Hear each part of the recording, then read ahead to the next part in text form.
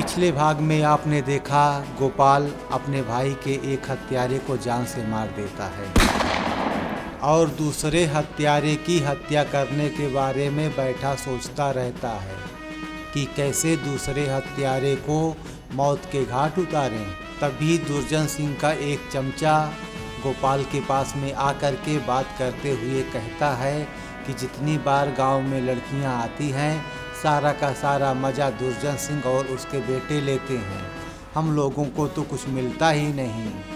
गोपाल कहता है कि वो गांव के अमीर लोग हैं, उनके पास में बहुत पैसा है, वो पैसे के दम पे लड़कियों को खरीद करके लाते हैं। दुर्जन सिंह का आदमी कहता है मुन्ना नेपाली लड़कियों को खरीद करके नहीं लाता, बल्कि उसका किडनैप करके फिर बेहोश करके दुर्जन सिंह तक पहुंचाया जाता है।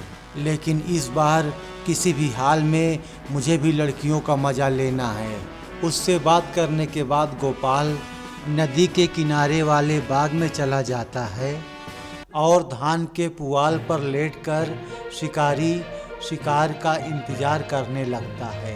तभी दुर्जन सिंह का बेटा देवा वहाँ पर आता है और गोपाल के पास में आकर के खड़ा होकर के कुछ बात करता है, बात करके घूमता है और जाने लगता है। तभी गोपाल को अपने भाई के हत्यारे को मारने का मौका मिलता है। वो रुमाल से देवा के गर्दन में फंसा करके गिरा देता है और उसको जान से मारकर घसीट करके पुआल पे लिटा देता है। फिर देवा के लाश को पुआल से ढकने लगता है, चारों तरफ से पुआल इकट्ठा करके देवा के लाश को पुआल से ढक देता है।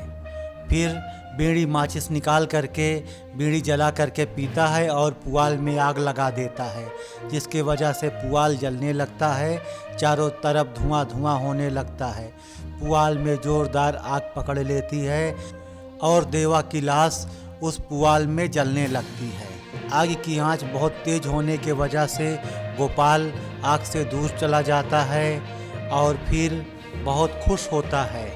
आज उसके खुशियों का ठिकाना नहीं है, क्योंकि वो अपने भाई के हत्यारे से उसके मौत का बदला ले लिया।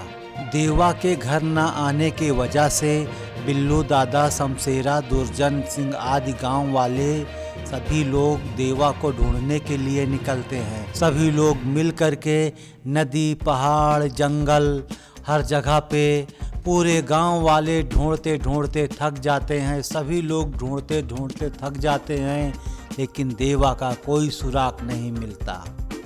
दुर्जन सिंह कहता है कि आखिर देवा गया तो कहाँ गया। शमशेरा कहता है कि लगता है कि देवा शहर घूमने चला गया है। बिल्लू दादा कहता है कि लगता है देवा को कोई जंगली जानवर खा गया। वे लोग चले जाते हैं।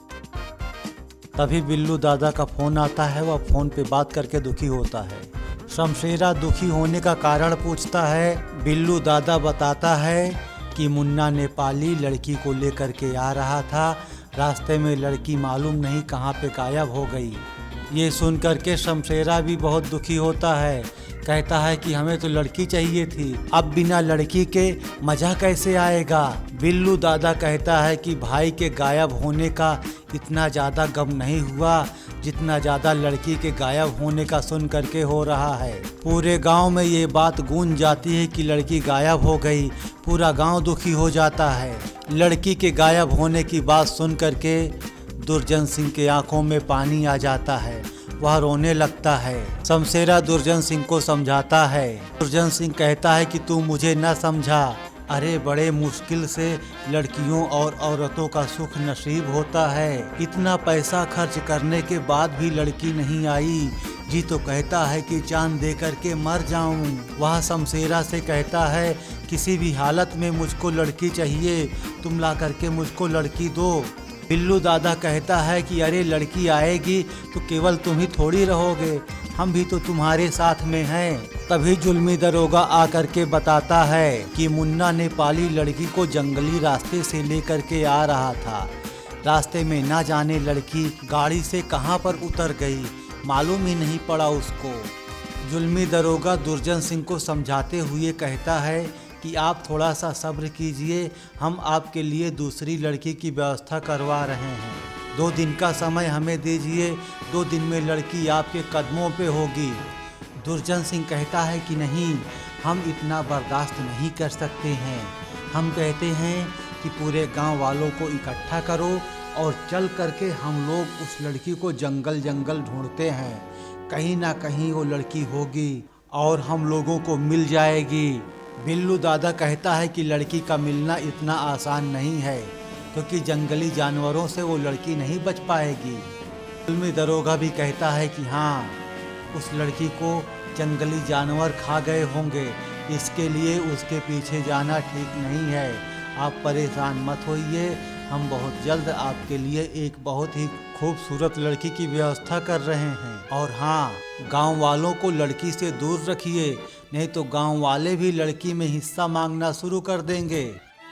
लड़की के गायब होने की खबर गांव वाले सुनते हैं तो पूरे गांव में मातम सा छा जाता है। उधर गांव के बाहर शहर से बेहोशी हालत में लाई हुई राधा लोगों के नज़रों से बचने के लिए पेड़ में छुप जाती है और धीरे धीरे करके वो वहाँ से दूर चली जाती है।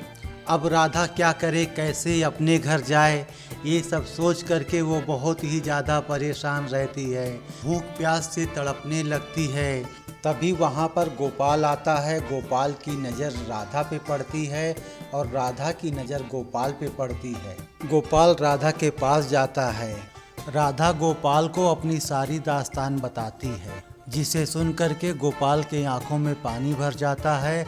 वह राधा को अपनी साइकिल पे बैठा करके चला जाता है। उधर दुर्जन सिंह आदि गुंडों के लिए मुन्ना नेपाली एक औरत को बेहोशी के हालत में भेजता है। औरत को देख करके सभी गुंडों के आंखों में चमक आ जाती है। गांव के लोगों को लगता है कि दुर्जन सिंह औरत पे पूरी तरह से कब्जा कर लेगा, गांव वालों को कुछ भी नहीं मिलेगा।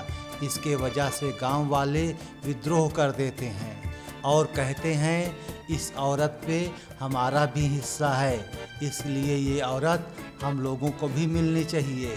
गांव वालों की ये बात सुन करके बिल्लू दादा गांव वालों से झगड़ा करने लगता है। दुर्जन सिंह गांव वालों को कहता है, सालों पैसा हम लोग खर्चा करें और मज़ा तुम लोगे, ले जाओ इस औरत को हमारे महल में बंद कर दो।